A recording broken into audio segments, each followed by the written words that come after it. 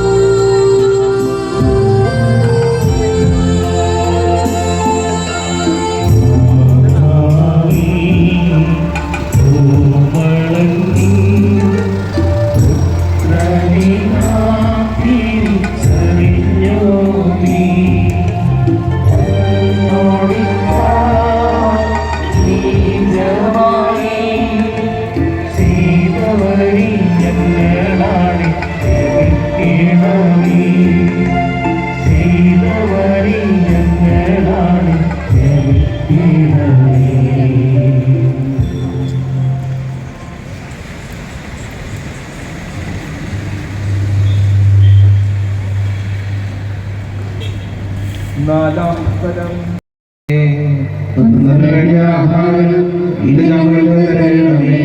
ഞങ്ങളോട് തെറ്റിയവരോട് ഞങ്ങൾ ക്ഷമിച്ചതുപോലെ ഞങ്ങളുടെ തെറ്റുകൾ ഞങ്ങളോടും ക്ഷമിക്കണമേ. ഞങ്ങളെ പ്രലോഭനത്തിൽ വീഴാനിടയാകരുതേ, തിന്മയിൽ ഞങ്ങളെ രക്ഷിക്കണമേ. നന്മ നിറഞ്ഞ മറിയമേ സ്വസ്തി, കർത്താവ് അങ്ങയോടുകൂടെ സ്ത്രീകളിൽ അങ്ങ് അനുഗ്രഹിക്കപ്പെട്ടവളാകുന്നു. അങ്ങയുടെ ഉദരത്തിൻ ഫലമായി ഈശോ അനുഗ്രഹിക്കപ്പെട്ടവനാകുന്നു. പാപികളായ ഞങ്ങൾക്ക് വേണ്ടി ഇപ്പോഴും ഞങ്ങളുടെ മരണസമയത്തും തമ്പുരാനോട് അപേക്ഷിക്കണമേ.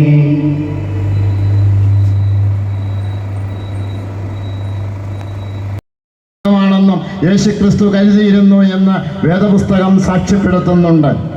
നമുക്കറിയാം, യേശു പരസ്യജീവിതം നയിച്ച കാലത്ത് 3 വർഷക്കാലം 5 തവണ അവനെ കൊല്ലുവാനായിട്ട് ആളുകൾ പരിശ്രമിച്ചിട്ടുണ്ട്. ആദ്യത്തെ കൊലപാതക ശ്രമം നടന്നത് സ്വന്തക്കാരായിരുന്നുവെന്നും നമുക്കറിയാം. അവിടുന്ന് സിനഗോഗിൽ, നസ്രത്തിലെ സിനഗോഗിൽ ബൈബിൾ വായിച്ച് ഇത് നിങ്ങൾ കേൾക്കത്തന്നെ ഇത് നിറവേറിയിരിക്കുന്നു എന്ന് പറഞ്ഞപ്പോൾ ബന്ധുജനങ്ങൾക്ക് ഭയം തോന്നി ഈശോയെ ഒരു മലമുകളിലേക്ക് കൊണ്ടുപോയി തള്ളി താഴെയിട്ട് കൊല്ലുവാനായിട്ട് ആഗ്രഹിച്ചിരുന്നു. അത് ഈശോയോടുള്ള സ്നേഹം കൊണ്ടായിരുന്നു എന്ന് നമുക്ക്, സ്നേഹമില്ലായ്മ കൊണ്ടായിരുന്നില്ല. യഹൂദന്മാരെ ഭയന്നായിരുന്നു, രാജാക്കന്മാരെ ഭയന്നായിരുന്നു. തങ്ങളുടെ നസ്രത്ത് എന്ന ഗ്രാമത്തെ രാജാവ് നിശേഷമായി നശിപ്പിക്കുമെന്ന ഭയം നിമിത്തം യേശുവിനെ ഒഴിവാക്കാനായിട്ട് അവർ ആഗ്രഹിക്കുകയായിരുന്നു. പിന്നീട് 4 സന്ദർഭങ്ങൾ ഈശോയെ കൊല്ലുവാനായിട്ടുള്ള ആലോചന നടക്കുന്നതായി വേദപുസ്തകത്തിൽ നമ്മൾ വായിച്ചിട്ടുണ്ട്. അവിടെ നിന്നല്ല ഈശോ മാറിപ്പോകുന്നത് നമ്മൾ ശ്രദ്ധിക്കുന്നുണ്ട്. ഈ പെസഹായുടെ ദിവസം തന്നെ താൻ ക്രൂശിക്കപ്പെടണമെന്നത് ദൈവത്തിൻ്റെ ആഗ്രഹമാണ് എന്ന് ഈശോ മനസ്സിലാക്കിയിരുന്നു.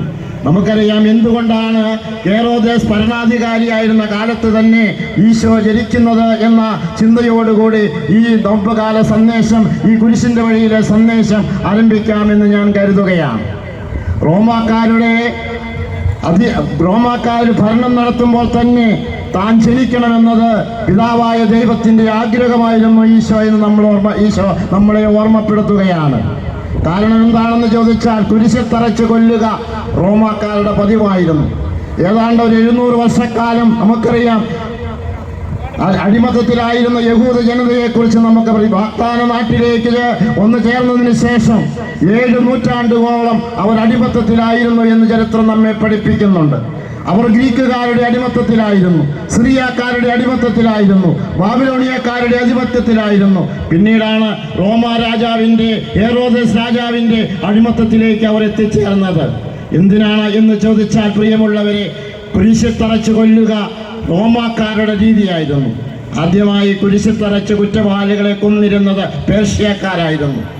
പേർഷ്യയിൽ നിന്ന് കടമെടുത്തതാണ് റോമാക്കാർ കുറ്റവാളിയെ കുരിശിൽ തറച്ച് കൊല്ലുക എന്നുള്ളത്. അതുകൊണ്ടാണ് യേശു ആ കാളിയളിൽ തന്നെ പിറന്നതും ആ കാളിയളിൽ തന്നെ ക്രൂശിതനായി മരിക്കണമെന്ന നിയോഗമുണ്ടായതും എന്ന് നമുക്കറിയാം. കുറ്റവാളികളെ കൊല്ലുന്ന രീതിയായിരുന്നു കുരിശിൽ തറച്ച് കൊല്ലുക എന്ന് പറഞ്ഞാൽ ശ്വാസം കിട്ടാതെ മരിച്ച് കുരിശിൽ കിടന്ന് പിടഞ്ഞ് മരിക്കുന്നത് നല്ല ഒരു അച്ചടക്കമുണ്ടാകാനായി സഹായിക്കുമെന്ന് റോമാക്കാർ കരുതിയിരുന്നു. 2 മുതൽ 7 ദിവസം വരെ മനുഷ്യരെ ശിക്ഷിക്കണമെന്ന് ദൈവം ആദ്യമായിട്ട് ആഗ്രഹിക്കുകയാണ്. വൈകുന്നേരം നടക്കാൻ ഇറങ്ങിയപ്പോ ദൈവം ആദത്തിന്റെ അടുക്കൽ ചെന്നു, ഹവ്വായുടെ അടുക്കൽ ചെന്നു. ആദം നീ എന്ത് ചെയ്തു എന്ന് ആദത്തോട് ദൈവം ചോദിച്ചു. ഉടനെ ആദം പറയുകയാ, നിന്റെ അടുക്കൽ ഞാനൊരു പെണ്ണും ചോദിച്ചു വന്നിട്ടുണ്ടോ? എന്തിനാണ് ഈ നാശത്തെ, എന്തിനാണ് ഈ വഴക്കാളിയായ അല്ലെങ്കിൽ എന്നെ പാപം ചെയ്യാനായിട്ട് പ്രേരിപ്പിച്ച ഈ പെണ്ണിനെ എന്റെ തലയിൽ കെട്ടിവെച്ചത്? ഈ നരകത്തെ